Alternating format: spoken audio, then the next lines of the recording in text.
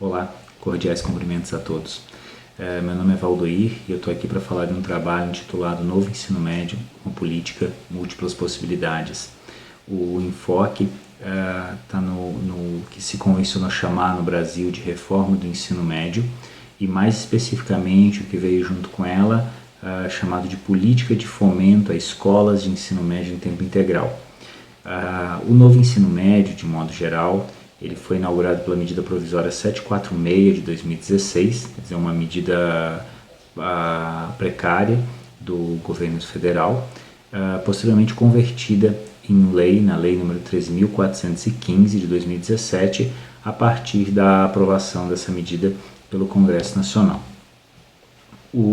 A reforma, de modo geral, trazia como pilares a flexibilização curricular, com ampliação da jornada escolar de modo geral, ainda que não uniforme, e redução das disciplinas obrigatórias, com flexibilidade de escolha pelos estudantes por alguns itinerários formativos, visando a integração com o setor econômico produtivo.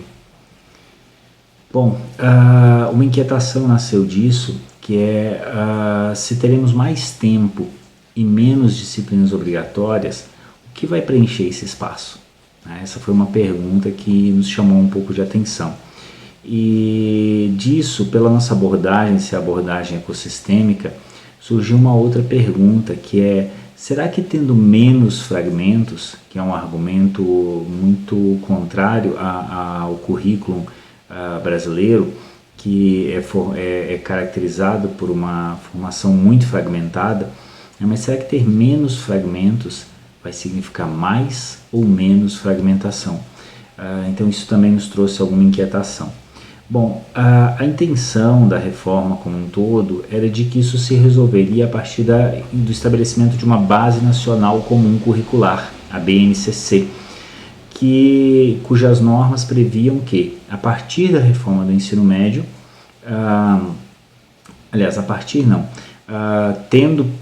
estando instituída a reforma do ensino médio, ela seria aplicada a partir da aprovação da Base Nacional Comum Curricular, na seguinte dinâmica: no ano subsequente à aprovação, seria feito o planejamento da implementação do novo ensino médio, e no segundo ano, em sequência, seria então iniciada a aplicação. Porém, a reforma, ou o novo ensino médio em si, foi estabelecido como norma em 2016, convertido em lei em 2017, mas mantendo a vigência original, enquanto a BNCC foi aprovada apenas ao final de 2018. Significa que ela seria, que o planejamento da sua implementação seria feito em 2019 e a sua implementação a partir de 2020. Porém, quando o novo ensino médio foi instituído, ele trouxe consigo a política de fomento às escolas de ensino médio em tempo integral, que serviriam como espécie de piloto do novo ensino médio. Só que essa política passou a vigir de imediato, ou seja, ela existe desde 2016. Então, se criou uma relação bastante provocativa, que era: enquanto a política de fomento deveria induzir o novo ensino médio ainda não estava vigente, ou seja, ela precisava servir como uma espécie de piloto, de laboratório para algo que não podia naquele momento ainda existir. Portanto, gerou-se uma ampliação de carga horária sem que houvesse definição de com que preenchê-la. O que a gente viu a partir disso, e aí passando por alguns momentos da análise normativa e de um grande levantamento que fizemos com as escolas estaduais, que seriam potenciais escolas de ensino médio, alcançando mais de 1.000 respostas a formulários, e depois uma imersão em uma escola participante da política de fomento, foi que nesta escola, que as escolas de modo geral precisaram dar uma resposta, mesmo sem ter uma estrutura estabelecida, e que na escola onde fizemos a imersão, o que se percebeu foi uma grande diversificação curricular, com oferta de quase 30 opções diferentes de ações formativas, digamos assim, que a escola chamava de projetos ou oficinas, né? Tinha um caráter de oficina, com algum enfoque em projeto, embora não estivessem estruturadas exatamente como projetos. No caso estudado, em um agrupamento de preparação para universidades, arte, esportes e lazer, serviço social, protagonismo e liderança, mercado de trabalho. Eram os grandes agrupamentos, mas com um amplo número de oferta dentro deste conjunto. Bom, a nossa análise ela focou em verificar o olhar dos gestores das escolas e comparar com o olhar ecossistêmico, assumindo sempre a política pública como um fluxo de decisões públicas orientados a manter o equilíbrio social ou a introduzir desequilíbrios destinados a modificar essa realidade social. É um conceito baseado em Saravia. Nos nossos referenciais teóricos, nós tomamos por base a complexidade de Edgar Morin, mas não a complexidade num campo sólido, não a complexidade de linhas que conectam pontos extremos, e sim uma complexidade, um emaranhado mergulhado na modernidade líquida de Bauman. Isso nos permitiu trabalhar melhor esse conceito de fluxos, e sem esquecer das relações de poder e das ações e tentativas de construir discursos de poder que construímos baseado em Foucault. Isso nos permitiu ver relações muito complexas na imprecisão da liquidez, da liquefação, e tendo em conta, né, esse elemento tão etéreo e ao mesmo tempo tão contundente e presente que é o poder.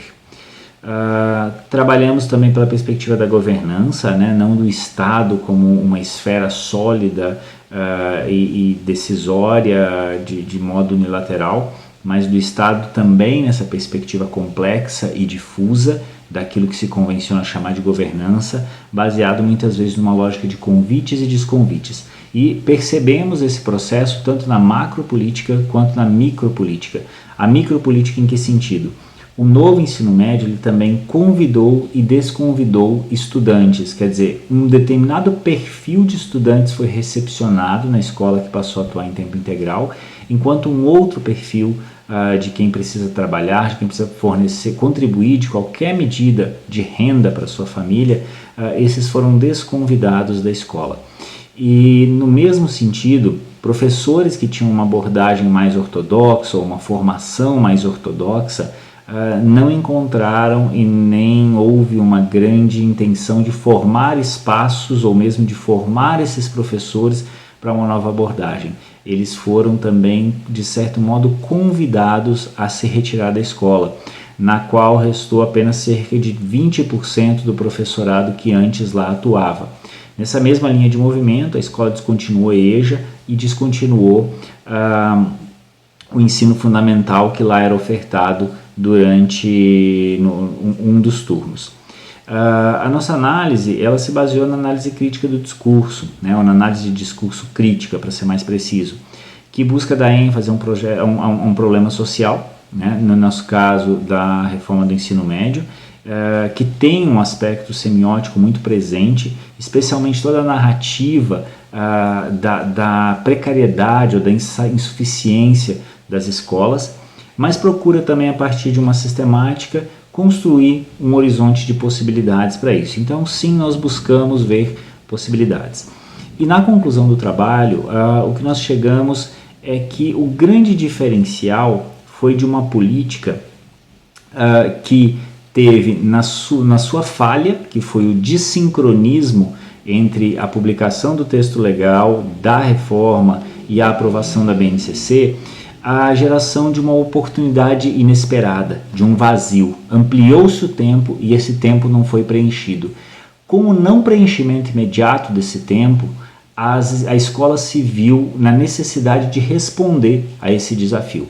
E quando ela respondeu com muita criatividade, com muita complexidade no bom sentido da palavra, ou seja, saindo do seu insulamento disciplinar, da sua solidez conteudista e indo para a dinâmica, que entendemos uma dinâmica mais viva e mais profícua para o desenvolvimento de aprendizagens.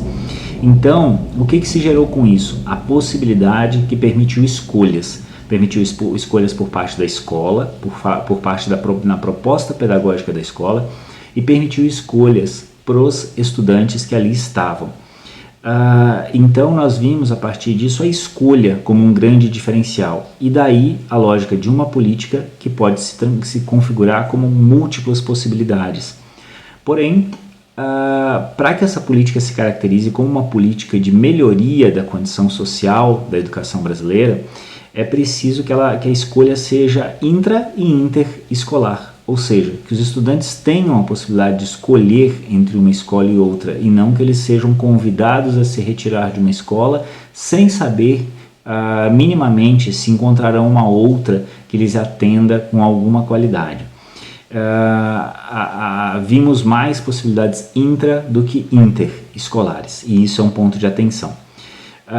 Percebemos também a prevalência, a partir da margem de escolha, da auto-eco-organização, um princípio muito caro no paradigma ecossistêmico e na teoria da complexidade. Os estudantes podendo se organizar ou buscando e constituindo suas organizações em relação ao seu meio, ao seu eco, que pode ser entendido como a escola, como a família, como o coletivo. Por outro lado, a escola se auto-organizando em relação ao seu eco, aos seus pares de escola, a rede, no caso aqui a rede do Distrito Federal no Brasil. Então percebemos a prevalência da auto-eco-organização. E nesse mesmo sentido percebemos que a partir dessas organizações as estruturas foram sendo remodeladas para atender a esse desenho que se formava.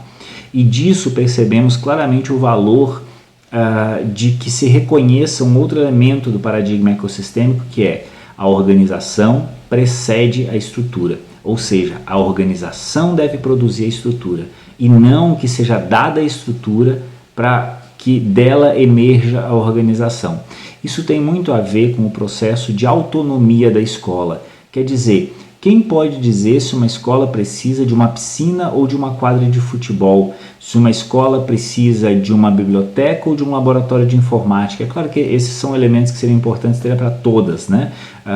Mas se nós queremos que a organização, que a organização escolar se reconheça como uma instituição de ensino e aprendizagem, como instituição aprendente, ela precisa ter autonomia, ter a sua condição de organização e a sua condição de prover, de desenvolver as suas próprias estruturas, e não o contrário, como muitas vezes vemos nas políticas, que concede-se a estrutura e espera-se que a escola se organize em torno dela.